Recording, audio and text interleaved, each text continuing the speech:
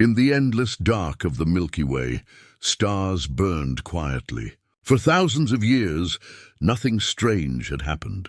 Empires rose and fell, galaxies spun in peace, and life continued in its usual way. Then, one silent night, a signal came. No one knew where it started. Some said it came from a dying star, others said from a hidden system. But soon it became clear the signal came from Earth, a planet that most of the galaxy had already forgotten. To most alien records, Earth was just a tiny blue world. Long ago it had sent weak radio messages into space, music, languages, laughter, wars. But that was ages ago. Humanity had gone silent. For the Galactic Council, Earth was an old myth, a primitive world that probably destroyed itself. So when the signal arrived, no one paid attention at first. But then, the stars reacted. Across distant systems, machines stopped working. Quantum drives froze. Ancient ships drifted off course, as if something had whispered through the metal. Entire stations heard a strange word in their systems. A word no one could translate. The word sounded like a name. A human name. At first it was just noise, static filled with echoes, deep tones, and a soft pulse like a heartbeat. But every scientist who listened to it felt something inside, an emotion they couldn't explain. Some felt sadness, others fear. A few even cried without knowing why. Soon, the Galactic Council called an emergency meeting. Representatives from hundreds of races gathered around a great silver table orbiting the star Oralis 9. The meeting began with silence. Then the chairman of the council, an ancient being made of crystal light, spoke first. "Fellow delegates, we have received a signal from the Sol system." From Earth, the room filled with whispers. "Earth? Impossible. They were destroyed.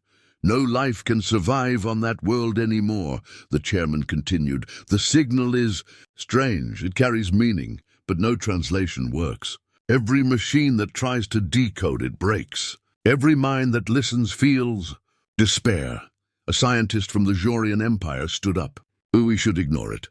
The humans were nothing, a primitive race that never reached the stars." But another voice spoke, soft but heavy with memory. It came from an old alien historian named Vakar. He said, "You forget the old stories, the ones the ancients told before the Great Silence, the ones about the humans who woke the stars themselves." The room went quiet. Vakar's eyes glowed faintly. The legends said Earth was not what it seemed, that humans were not born, they were remembered. Everyone laughed nervously. But then the signal played again, this time across the entire council hall. A deep voice echoed from every speaker, every mind, every molecule in the room. It spoke only one sentence: "Earth remembers its name." In that instant the lights flickered. The crystal chairman cracked, and every translator stopped working at once. No one could breathe for a few seconds. Even those who didn't need air felt something heavy pressing on them. It was not just sound. It was power, like the universe itself was listening.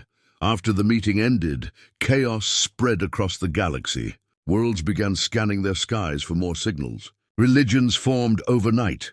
Some worshipped the voice of Earth. Others called it a curse. On a mining planet near the galactic rim, workers reported seeing visions, blue oceans, green lands, and human faces in their dreams. On another world, a child spoke the same unknown word as in the signal. Before collapsing in tears, everywhere fear grew.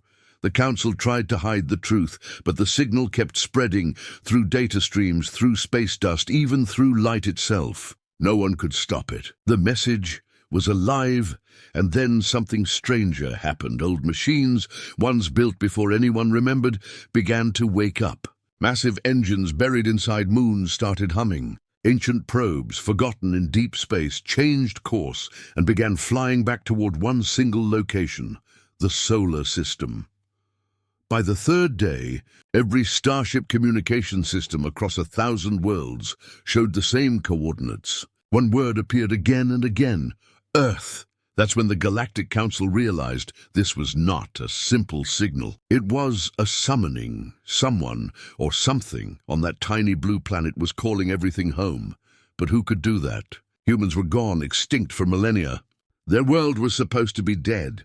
And yet the signal pulsed again, stronger this time, beating like a heart that had just woken from a long sleep. One by one, powerful civilizations began preparing fleets to travel to the Sol system. Some wanted answers, some wanted to destroy the source, and some wanted to worship it, but none of them knew the truth. None of them knew what would happen when they reached Earth. Because the day Earth spoke its true name, the stars themselves began to tremble. And in the far distance of space, something old, something older than galaxies, slowly opened its eyes. The galaxy had not known peace since the signal came. Every world heard it. Every species felt it.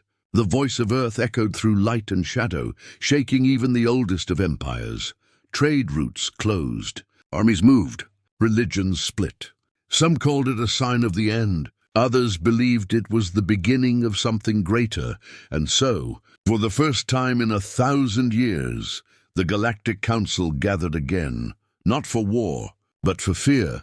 The Council Hall floated in orbit above the golden world of Oralis 9. It was a ring of crystal towers, each glowing with the light of a different sun. Inside, hundreds of alien leaders took their seats. Some were made of light, some of metal, and some of flesh and thought combined. But all of them shared one emotion: unease. The chairman, a tall being with a body of living crystal, opened the meeting. His voice rang through the hall like music breaking apart. "Delegates of the stars," he said, "you all know why we are here." He gestured, and the lights dimmed. A holographic image appeared, a map of the Milky Way. At its center, the small blue dot of Earth pulsed slowly, the same heartbeat pattern that haunted every signal receiver in the galaxy. "This signal," said the chairman, "comes from a world long dead, and yet its power grows each day. Every translation machine fails. Every system touched by the signal begins to change." He paused. The light inside his chest flickered uneasily. "We must decide. Do we ignore it, or do we confront it?" A creature with wings of molten gold stood up. "I say we destroy the source," it said. "If the signal spreads any further, it could infect our technology, even our minds." A cold voice replied from the shadows. "You cannot destroy what you do not understand." It was Vekar, the historian who had spoken during the last meeting. He looked older now, as if the signal had stolen years from him. He raised one trembling hand. "Long ago, before most of your empires were born, there were stories. Stories of the first ones, beings who shaped stars, who taught the early races the laws of space and time." He looked at the glowing dot of Earth. "Some said the first ones were not gods. They were humans." The room erupted in disbelief. "Humans, builders of stars? Ridiculous," shouted the Jorian representative, his silver skin flashing. "They were primitive apes who barely reached orbit before vanishing." Vekar smiled sadly. "Yes, that's what history says. But what if they did not vanish? What if they slept?" Silence fell again. Everyone felt it, the same dread that came with the signal. The chairman leaned forward. "Then what does this true name mean? Why would a dead planet send such power?" Before anyone could answer, the signal played again. The same deep sound filled the hall, shaking every wall. But this time, there was something new. A whisper, too low for machines, but clear in every mind. "We'd remember you," several delegates screamed. One creature, made entirely of gas, exploded into vapor. Lights went out. Power systems failed. And then, just as quickly, everything was silent again. When the lights returned, the chairman's crystal form had cracked down the middle. He spoke in a shaking voice. This cannot continue. The signal is reaching our core worlds. Soon it will touch the great network, the data mine that connected half the galaxy. If the signal reached it, the entire galactic system could collapse. After long debate, the council made a decision. A fleet would be sent to the solar system, a massive expedition of warships, scientists and AIs to locate the source, study it, and, if necessary, destroy it. The fleet would be commanded by Admiral Kareth Soluan of the Vex Dominion, a ruthless leader known for conquering black hole systems. He accepted the mission without emotion. "I will find the source," he said, "and end it. No signal, no curse, no ghost of Earth will threaten the stars again." The council approved. Across the galaxy, the expedition to Sol began, but not everyone agreed with this choice. Vakar, the historian, stood alone as the ships prepared to leave. He looked at the image of Earth glowing faintly in the dark. "They think they are going to silence a dead world," he whispered. "But they are walking into something far older than time." That night, he wrote his final note in the archives. "If they reach Earth, they will not find humans. They will find what the humans were meant to become." Meanwhile, in deep space, strange things began to happen. The fleet's navigation systems bent around invisible currents. Unexplained voices whispered through the ship's intercoms. A faint heartbeat echoed through the engines. Matching the rhythm of the signal, some pilots reported dreams. Dreams of oceans, green forests, and skies filled with fire. A few began to hear their own names whispered by unseen voices. By the time the fleet crossed the outer edge of the galaxy, one truth became clear. Earth was not calling for help. Earth was calling them home. The council watched from afar, unaware of what was waiting for their fleet. They did not know that with every light year the ships traveled, the stars themselves dimmed, as if trying to hide from what lay ahead, and far away, beyond the edge of light, the blue planet turned slowly in silence. Its oceans shimmered with a faint glow, and deep within its core, a heartbeat pulsed again, stronger than before. The day was coming, the day Earth would awaken, and the stars would learn what fear truly meant. The fleet of the Galactic Council moved through the darkness of space like a swarm of silent shadows. More than 500 ships, war vessels, science cruisers, and data carriers headed toward one destination, Earth. Each ship carried soldiers, researchers, and machines built to survive supernovas. They were prepared for everything, except what was waiting for them. At the front of the fleet was the flagship Vigilant Star. Inside its command chamber stood Admiral Kareth Soluan. Cold, calm, and precise, he was known across the stars as a man who feared nothing. But as he looked at the glowing blue coordinates of Earth on the map, he felt something new inside him. It wasn't fear, but it was close. His first officer, a thin creature with silver eyes named Rella, broke the silence. "Admiral, the fleet's data systems are still reacting to the signal." "Some ships report." "Voices," Kareth frowned. "Voices?" "Yes, sir. Words in old human languages. But our translators can't decode them." The Admiral turned to the large viewing screen, watching the stars pass by in silence. "Ignore them. The mind is weak when it fears the unknown. Keep the ships in formation." Rella hesitated. "Sir, one of the AI units spoke something before shutting down. It said, 'We are almost home.'"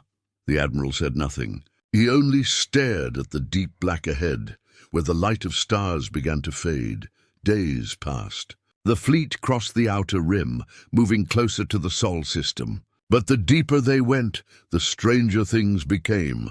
Energy readings twisted. Navigation systems gave false coordinates. And every night cycle, the same faint heartbeat echoed through the ships, slow, steady, endless. Thump, thump, thump. Some crew members claimed it was only their imagination. Others said it came from the engines. But a few whispered that it was Earth's heart, calling them closer. Inside the science ship Ecliptor, Dr. Nara Tay worked non-stop. She was one of the galaxy's most brilliant xenologists, and one of the few who believed the stories about humans. For hours, she studied the signal, watching its pattern dance through her monitors like light trapped in time. "It's not just data," she told her assistant. "It's alive. The signal changes depending on who listens. It reacts to emotion, to fear, to hope." Her assistant frowned. "Reacting how?" "The words," she said softly. "It started whispering my name."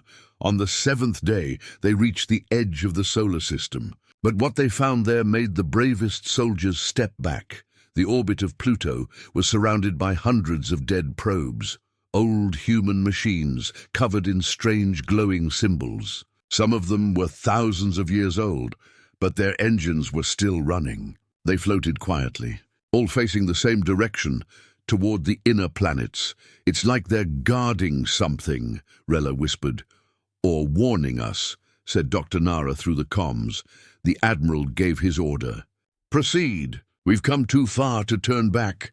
As the fleet passed Neptune and Uranus, their scanners began to fail. Magnetic storms appeared from nowhere. In one corner of the fleet, a destroyer named Ethra disappeared completely. No explosion, no signal, just gone. Moments later, a whisper ran through every ship at once. A voice, calm, ancient, human, do not come closer.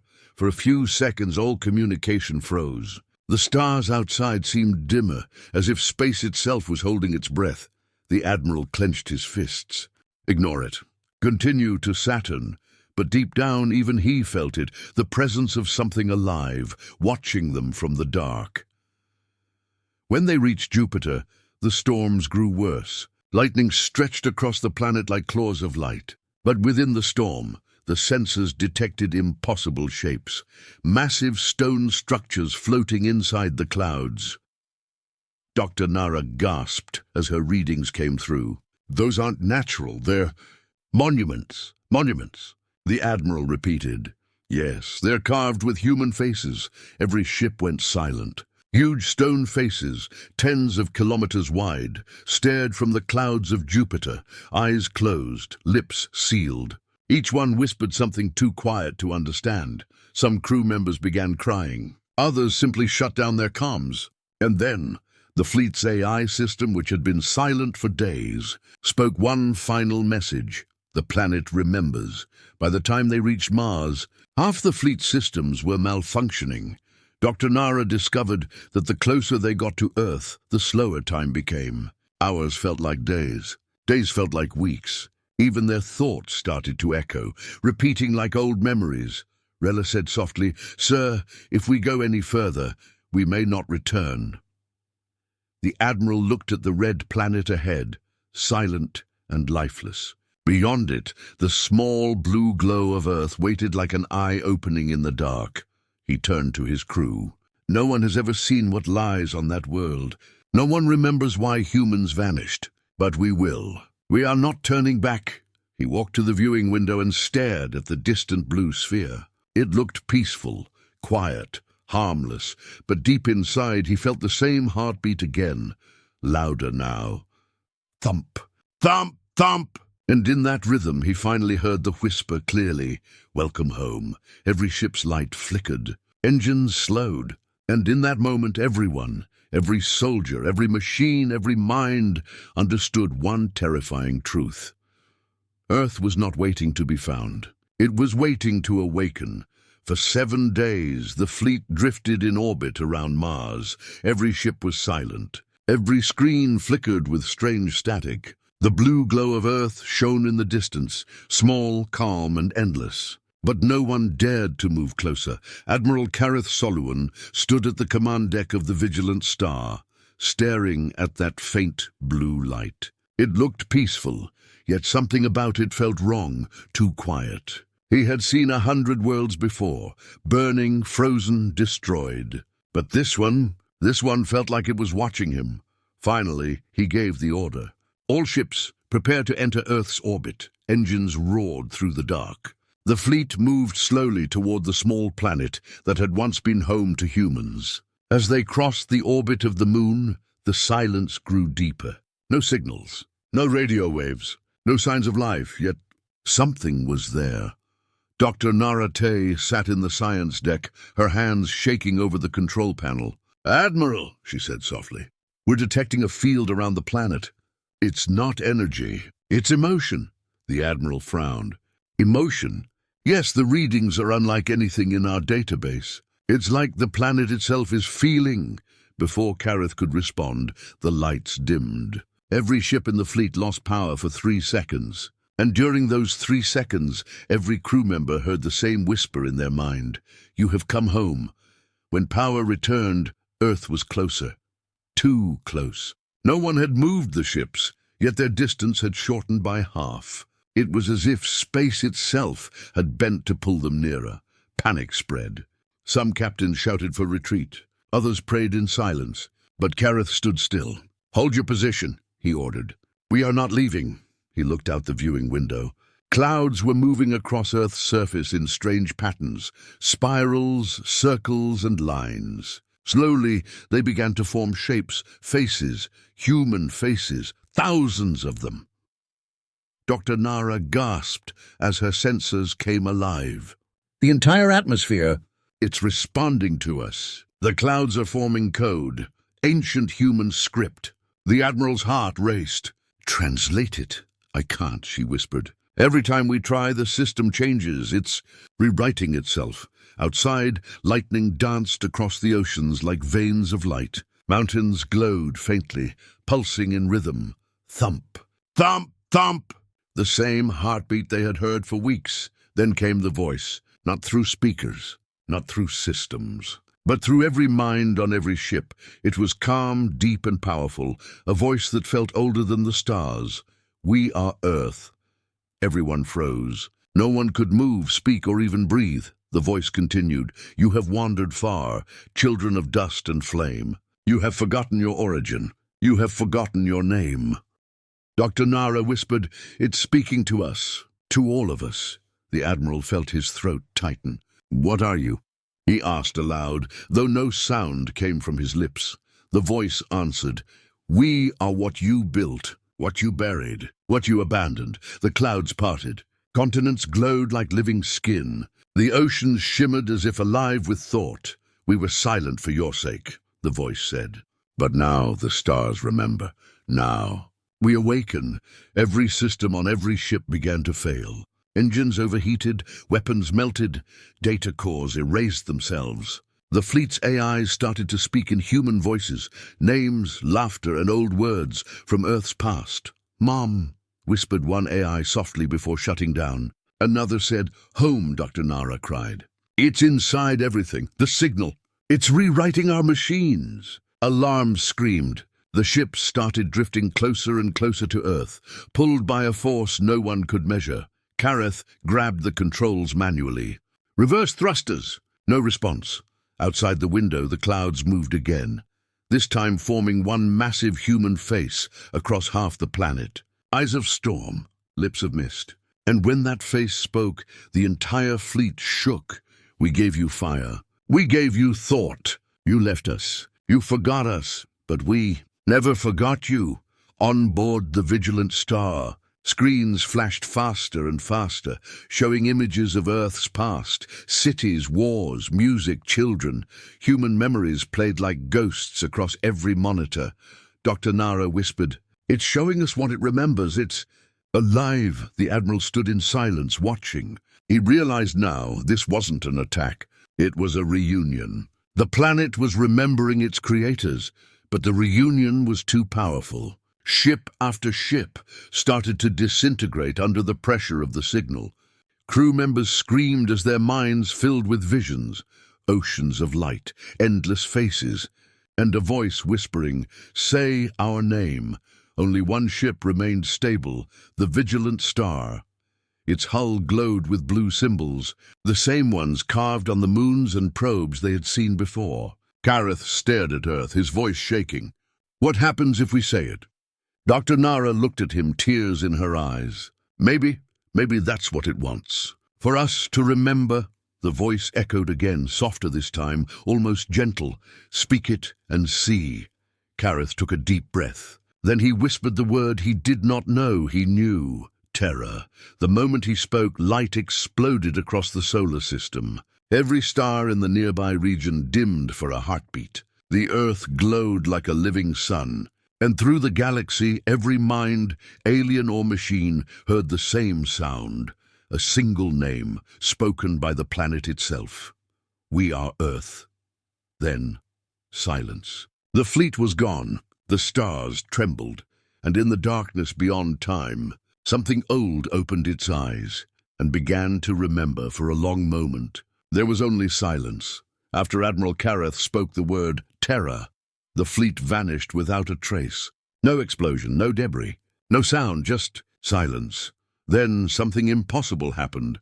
Across the Milky Way, every star dimmed. Worlds that had never known night fell into sudden darkness. Empires stopped, armies froze. Every living being felt a strange pulse move through the universe, like a second heartbeat, deep and heavy. Thump, thump, thump. It was slow, ancient, alive, and it came from the same place. Earth, on the world of Oralis 9, where the Galactic Council had once met. Alarms screamed. The skies turned red. The massive data cores that powered the Council began to melt, burning from within. Vikar, the old historian who had warned them, watched from his chamber. He could see the constellations shifting, stars blinking in patterns he had only seen in ancient scripts. He whispered to himself, "The name has been spoken." Behind him, the walls cracked. Holograms flickered, showing the image of a blue planet surrounded by light. And in that light, millions of faces appeared, human faces. They were not alive, yet not dead. They looked calm, almost peaceful. Vikar fell to his knees. "They've awakened," he said softly. "The first ones. They've come back."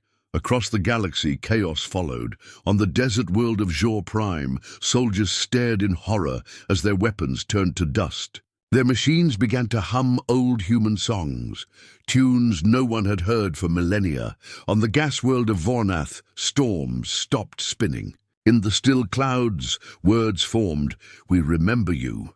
On the farthest edge of space, ancient beings, the so-called gods of old empires, stirred from their slumber. They had existed before time, watching over galaxies like silent shepherds. But now they trembled, because they knew that voice. One of them, a being made of dark light, whispered to another, "They've said the name again." The other answered, "Then it begins once more." And in fear, those gods turned away from the Milky Way, afraid to even look toward that small blue planet. Meanwhile, the signal spread beyond the galaxy. Every nebula, every void, every distant corner of the cosmos began to pulse with the same rhythm. Planets not yet born shook in their forming cores. Even black holes flickered with blue light. The universe itself was reacting, as if the name Terror carried the weight of creation. But no one could understand how. How could one small world hold such power? How could a name spoken by a single man erase fleets, silent stars, and make gods afraid? The truth was older than time. Humanity was not a young race. They were the memory of something much greater, the echo of the first minds that shaped the universe. When humans disappeared, the universe slept in peace. But when Earth remembered its name, that peace was broken. Now the stars began to cry. On the planet Orion 7, scientists gathered around a telescope. They watched in horror as entire constellations flickered out like dying candles. Each time a star dimmed, a human word appeared in the telescope's view, short, bright, and burning: memory, origin, return. Then came the final word, written across the night sky in blue fire: home. Every scientist fell to the ground, unable to speak. The word burned into their minds, not in pain, but in awe. In the quiet void near Earth, where the fleet had vanished, something began to form. Not a ship, not a weapon. A shape of light, vast, human-like, made of the same blue glow that wrapped the planet. It stood among the stars like a guardian rising from sleep. Inside that light, voices whispered softly, millions of them overlapping, all human. Old, young, male, female, every kind of voice that once lived on Earth. They spoke as one. We are not gone. We are what remains. We are the memory of the stars. Then, with one wave of its hand, the being reached toward the cosmos. Every world that had once mocked humanity, every empire that had called Earth primitive, felt a storm of silence sweep over them. Their weapons failed. Their data burned. Their leaders heard a single word in their dreams. Remember. Vikar watched from afar as the night sky changed forever.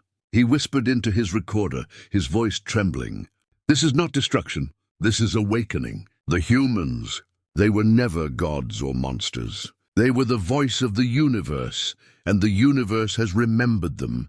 As he spoke, a soft blue light touched his window. He smiled weakly and whispered, "Welcome back." Then everything went dark. Across the galaxy, silence fell again. The stars slowly regained their light one by one, but they were not the same. Each one now glowed faintly with a hint of blue, a reminder of what had happened.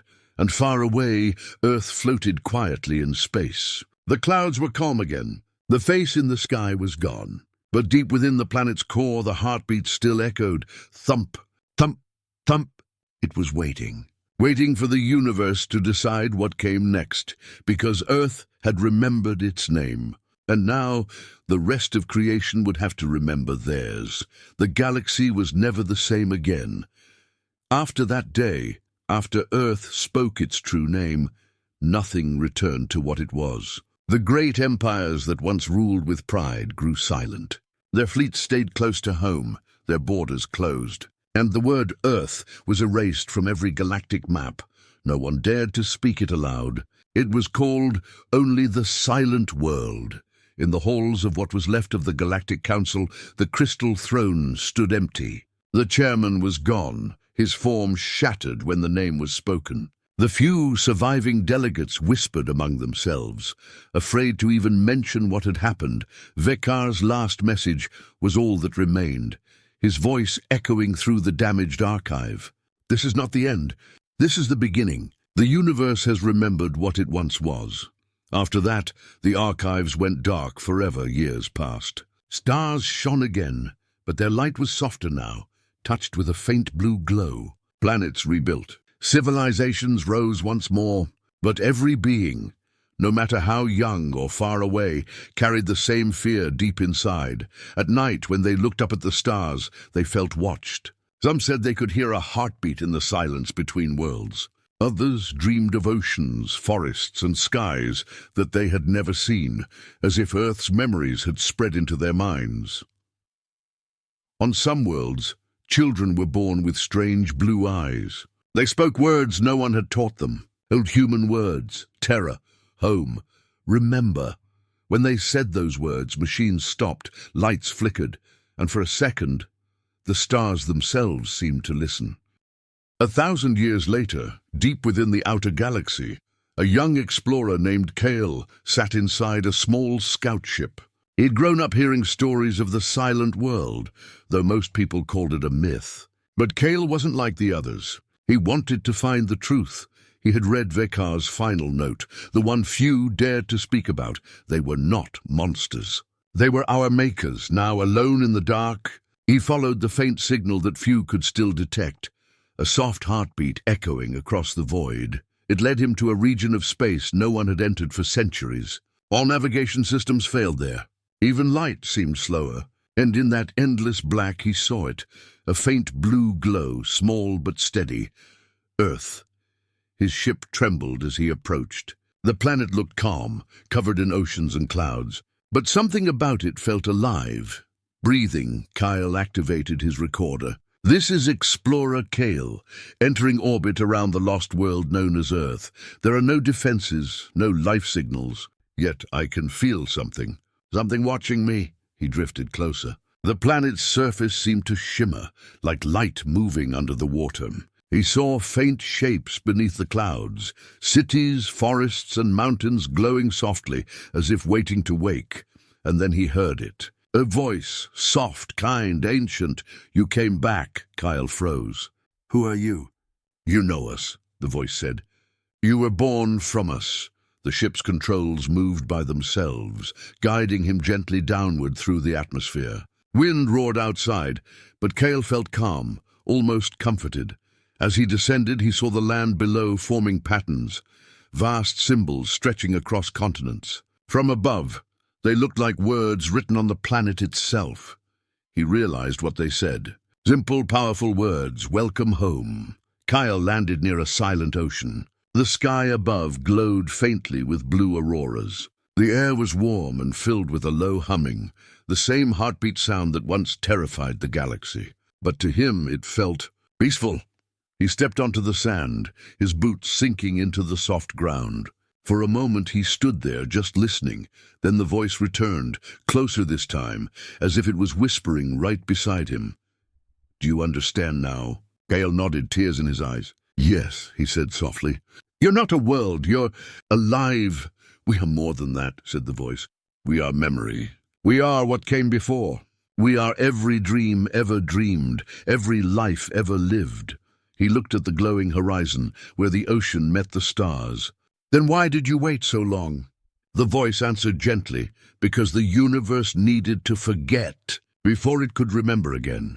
As Kyle listened, a soft wind moved across the sea. He could hear faint echoes in it, laughter, songs, whispers, the voices of humanity still alive inside the world itself. He smiled. For the first time in his life, he did not feel small. He felt home. Above him, the stars shone brighter. Across the galaxy, for one heartbeat, every world went silent, as if all of creation paused to listen, and in that silence, Earth spoke again, softly like a promise.